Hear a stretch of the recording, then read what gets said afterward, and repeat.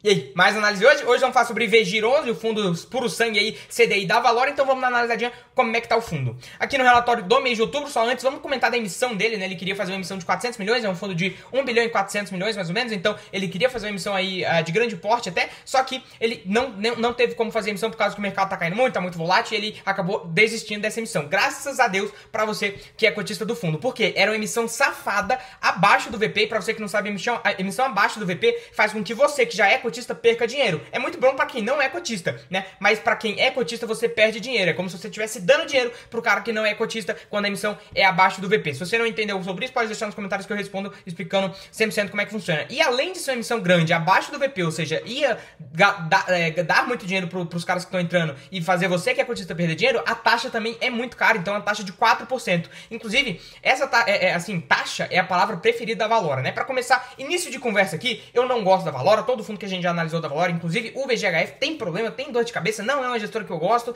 que eu tenho minha mínima afinidade, inclusive vou deixar o vídeo do VGHF aqui no card. Então assim, é uma gestora que eu pessoalmente não gosto, né? Então foi uma taxa de emissão cara, 4%, uma emissão abaixo do VP, um valor grande, pra mim realmente não faz sentido nenhum. E tudo que eu falar aqui é justamente assim, se você é cotista do fundo, e eu falar que o fundo é ruim, que a Valora é ruim, entenda que isso é, primeiro de tudo, a minha opinião, e segundo, não é pra você que tem o fundo ficar chateado porque eu falei mal do seu fundo, é justamente pra você entender, olha, o fundo faz isso, isso e isso. Você quer continuar com o fundo, o seu relacionamento tá assim, assim, assado. Você quer continuar com esse relacionamento e aí você escolhe se você quer continuar ou não. E o nível de tolerância de cada pessoa é diferente. Então, se você aceita que o fundo faça cagada, faça você perder dinheiro, faça com que você tome calote, se você aceita que isso aconteça, tudo bem. Até porque, em alguns casos, isso é esperado, porque o risco é muito alto, enfim. Alguns casos já não é esperado. Então, você que vai entender se faz sentido pra você ou não. O que eu busco trazer aqui é a realidade pra você entender por trás do fundo, que é algo que a maioria das pessoas não consegue fazer sozinho, né? Então aqui no mês de outubro dele, sim, agora sim, ele tava querendo fazer uma emissão e olha, perceba bem, além de querer fazer uma emissão grande, ele já tem 15% em caixa, já alocou 10% esse mês, ou seja, tava com um valor imenso em caixa, claro que ele tá aproveitando aí pra fazer uma emissão atrás da outra agora, no momento que a Selic tá, que o fundo tá nos bons momentos dele, né? Tem que aproveitar esses momentos, então ele tava querendo fazer emissão, só que ele tava já com muito caixa, então assim, não tinha necessidade de fazer emissão, mas por outro lado ele tá aproveitando esse momento dele, mas acabou não conseguindo fazer emissão, graças a Deus, né? Ele alocou 90 milhões agora no mês de outubro e também teve 30 milhões aqui no mês de novembro, a gente vai ver no próximo relatório só quando eles soltarem. Foram 13 CRIs que ele comprou, 20 milhões no Tecnisa, ou seja, aumentou ainda mais a exposição à Tecnisa, 15 milhões aqui no Vilco e 13 milhões no Oscar Freire, né? E também, além disso, teve amortização. A amortização é quando o devedor, além dos juros, ele te paga o principal, né? O principal é o volume total ali que você emprestou pra ele. Então, se você comprou um CRI por 100 reais, né? Então, esse 100 reais é o seu valor principal e aí o fundo vai tanto te pagar ao longo do tempo esses 100 reais de volta, como também os juros dessa operação. Então isso que é uma amortização. Teve amortizações extraordinárias, ou seja, 30 milhões aí a mais pro fundo que ele não estava esperando, né? Emissões extraordinárias, não vamos repetir. Então a receita do fundo acabou sendo maior nesse mês agora, né? Além disso, teve o CRI Gaicurus, que representava 1% do portfólio do fundo, que deu calote, e aí quando você toma um calote, você passa a ter... Inclusive esse é o mesmo caso do VGHF, né? Esse CRI Gaicurus estava nos dois. Quando você toma calote, você passa a ter a garantia que o devedor tinha. E a garantia são a participação indireta em 2 terrenos na cidade de São Paulo. Porém, a gestora disse que está nesse processo avançado de venda já tem um tempo, tá? Então, sim, vamos ver o que ela vai conseguir fazer com esse 1% aí que ela acabou tomando calote. Além disso, né, como eu já falei antes pra vocês, a palavra preferida da Valor aqui é taxa, porque...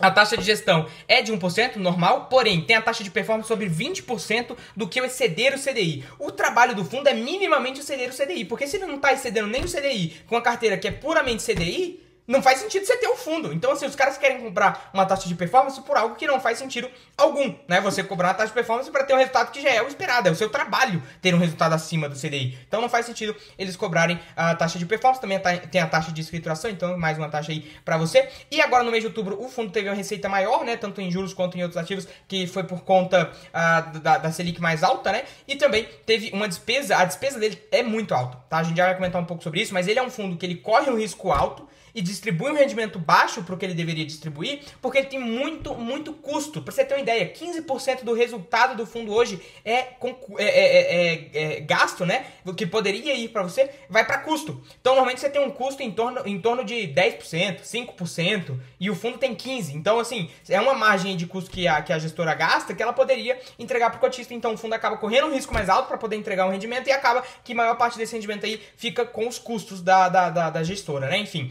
desse mesmo caso, o resultado fica nessa média aí de 0,10, 0,11 por cota. Nesse mês ele distribuiu um pouco mais. E um ponto interessante que eu acho válido comentar com vocês é o seguinte: pra mim, não faz sentido, principalmente no momento de Selic alta, pegar fundo de CDI acima ou no VP.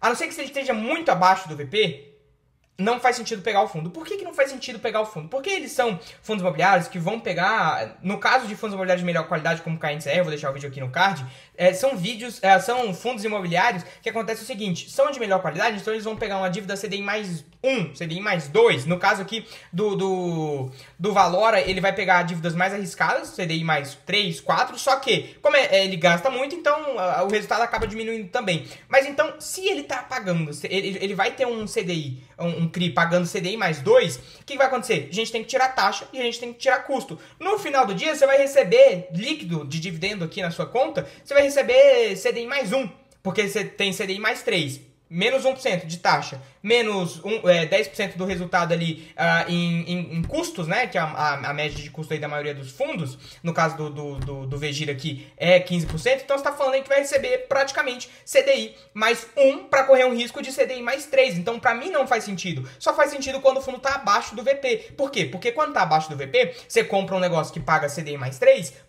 abaixo desse valor, então ele vai pagar CDI mais 4, por exemplo. Então, quando está abaixo do VP, você ganha nesse deságio, nessa diferença. Mas quando o fundo está no VP, não faz sentido você correr um risco mais alto, ainda tem que pagar taxa de gestão, tem que ficar investindo em fundo imobiliário, que é um ativo que oscila, diferente de um título público aí do Tesouro Selic, para ganhar 1% a mais. E quando os juros estão altos, você vai ganhar 1% a mais de quê? De 12%. Então, você, em vez de ganhar 12% ao ano, você está ganhando 13%. 1% a mais. Não faz sentido essa conta. Você vai correr um risco muito mais alto para ganhar 1% a mais. Quando o CDI, o Selic está baixa, aí faz sentido, porque o Selic está em 5%. Você vai receber CDI, você vai receber 6% ao ano, faz sentido. Por quê? Porque aí você está ganhando 1% a mais, é um resultado de 20% a mais, né? 1% já é um valor relevante, diferente de quando está em 12%, né? Então é um ponto interessante, eu acho que não faz sentido pegar fundo de CDI. Inclusive o KNCR está no VP, é difícil dele sair do VP. Então assim, para mim não faz sentido pegar o KNCR nesse valor aí, porque você vai correr um risco mais alto para receber um valor aí bem pouco, né, em relação ao risco que você estaria correndo no Tesouro Selic, por exemplo, né? Então, só quando o fundo estiver abaixo do VP, mas mesmo estando abaixo do VP, quando o fundo está abaixo do VP é porque o fundo faz cagadas, né? Então, você pode ver o KNCR, o fundo quase nunca fica abaixo do VP, né? Então, é interessante comentar sobre isso. Para mim, não faz muito sentido, mas cada um com a sua estratégia, né? Se você acha que faz sentido ganhar 5% a mais, aí tudo bem, o risco é teu. Agora, falando da carteira do fundo, né? Ele tem os CRIs da Elbor, então tem essa Elbor aqui, tem essa Elbor aqui, tem essa Elbor aqui, também tem essa Elbor aqui. Então o maior devedor dele, né, a maior exposição dele é a Elbor, inclusive deve ser mais de 20% do portfólio. Então já de cara não parece ser um fundo diversificado, né, porque uma empresa representa mais de 20% da carteira dele, e também a Tecnisa, né, a Tecnisa representa 5%, deve ter algumas outras operações da Tecnisa aqui, então fica atento para isso, tá, para você poder ver quando tem sobreposição de ativos. Então tem o CRI da emissão 1, tem o CRI da emissão 2, mas é tudo da mesma empresa e acaba sendo o mesmo risco, né? E aí a duration do fundo é muito baixa, né? A duration é justamente esse tempo aí para você receber o seu capital investido de volta. Cara, não sei por que a duration é tão baixa assim, né? Porque o vencimento, tudo bem que o vencimento deles é de pouco tempo, mas assim, a taxa normalmente quando a taxa é muito alta, CDI mais 7, aí a gente entende que a duration normalmente fica mais baixa. Mas, como o vencimento deles está aqui na porta, né? Daqui a pouco a gente vai ver esse fundo girando muito a carteira dele. Então ele vai começar a ter que fazer um monte de aquisição de novos CRIs, porque o vencimento dos CRIs é logo ali, né? 1, 2, 3 anos. Então a gente está falando desse giro constante da carteira aqui, e são operações de curto prazo, né? Então isso acaba também... operações de curto prazo, elas por um lado tem um risco maior, né, por causa que a empresa pode ser que não consiga pagar então curto prazo. Quando tem um longo prazo, a empresa consegue se virar nos 30 para pagar ao longo desse tempo todo, né, 10, 15, 20 anos. A gente também tá falando aqui, né, da duration média da carteira em 2, então muito, muito, muito baixa. E aí ele tem um caixa bruto de 174 milhões, que é os 15% aí que ele tem em caixa, porém ele tem uma previsão. E aí nessa provisão aqui, ele inclui 45 milhões, sendo que 15 milhões aí são referentes ao custo de aquisição do CRI Guaicuros. Então, assim, ele tá... claro que ele recebeu um valor maior, né? Mas, assim, ele tá considerando que tomar um calote foi positivo para o fundo. E aí ele tá considerando que o caixa líquido dele é maior, entenda isso, é maior, o caixa líquido dele é maior do que o caixa bruto porque ele tomou calote, tá? Então, assim, é algo que pode fazer sentido, mas isso só vai acontecer quando o fundo vender, de fato, essa participação indireta nos terrenos aí lá de São Paulo. Então, assim, enquanto ele não vender, isso aqui pra mim não faz sentido ele considerar isso, né? Aí a gente tá falando da carteira dele aqui, como eu já comentei pra vocês, é um risco mais alto, então é CDI mais 3 aqui, né? A média da carteira é CDI mais 3, mais 4, é um risco alto porque a gente tá falando de residencial, maior parte, 75% da carteira é residencial, que é um risco mais alto, e aí você acaba correndo esse risco todo para receber 1% a mais por mês, né? Então, por ano, então para mim não faz tanto sentido. Esse é o meu ponto para comentar sobre vocês, né? O LTV ele mostra aqui também. Aqui a gente tem as emissões safadas, né? A gente pode ir vendo aqui que se é o que me parece, né? A cota do fundo era base 10, claro, e aí ele fez uma emissão acima do VP uma vez, e aí pode ter sido acima do VP, tem que pegar o valor exato do VP na época, né? Mas acredito que tenha sido parecido com o VP, um pouquinho acima do VP, mas aí a partir da quinta emissão já começou. Emissão abaixo do VP, emissão abaixo do VP, emissão abaixo do VP, emissão abaixo do VP, agora ia fazer outra emissão abaixo do VP, então acaba que a gestora acaba perdendo esses pontos, né? Tem tanta gestora boa, né, no mercado, e aí a Valora, pra mim, não é uma delas, né? Então fica atento em relação a isso. Antes de analisar definitivamente o que é o CRI Elbor aqui pra vocês, né? Deixa eu deixar aqui pra vocês já verem o CRI Elbor aqui e o CRI Tecnisa, deixa eu falar um ponto importante pra vocês.